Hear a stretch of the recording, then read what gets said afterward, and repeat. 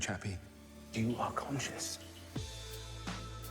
Chappie is the first robot that has real, hard artificial intelligence, who can think and feel and love like a person, but in a mechanical metal body.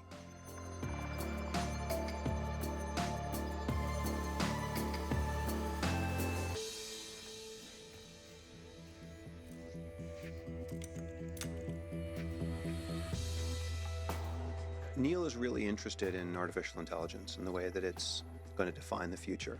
And I think the thing about artificial intelligence is not its artificiality, but its humanity.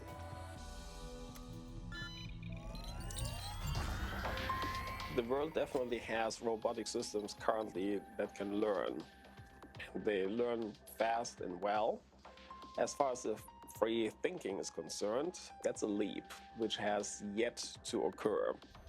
True consciousness is something which is ever evolving, ever self-adapting. There's no boundary to it, whereas within an artificial intelligence system, unless it had a means to modify itself and expand itself, it would be confined to the boundaries of what it was trained to do.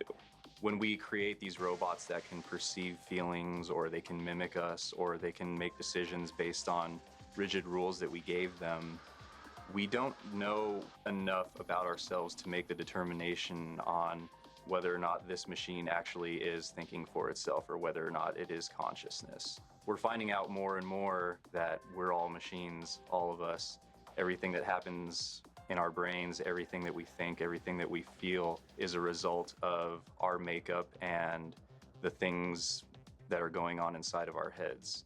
So we don't know enough about how those systems go together to actually say that some of these machines that we have aren't conscious. Then it raises this whole issue of, well, when would a sentient being be considered human? Was it because they can paint? Is it because they can judge what types of music they like or whatever? But probably for human beings, where we would accept that is if we felt that the machine had feelings, if it experiences emotions in the same way as us.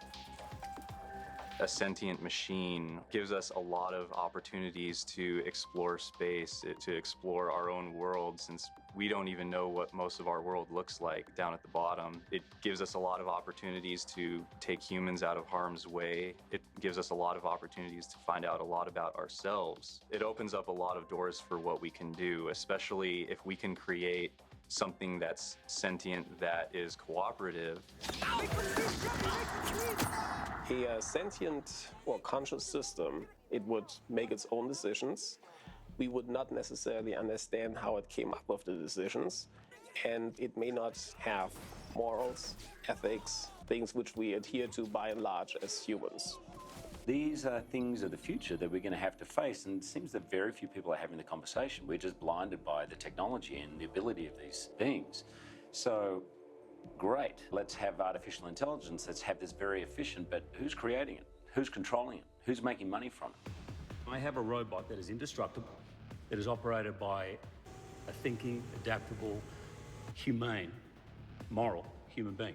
If you have a system which can not only think for itself, but also come up with its own viewpoints, of course, you may not, as a human, fit into that worldview. That might very well be the outcome.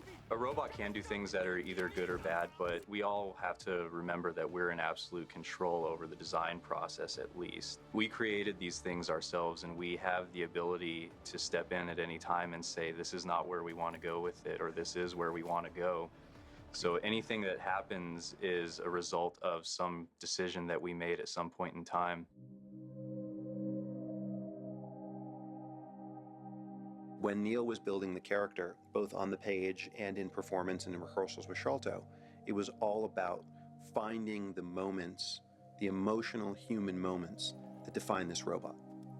There is something human in the way that we define humanity, which is hard to define. Meaning, like, it loves, it has opinions, it has instincts, and all of those things are part of the character of Chappie.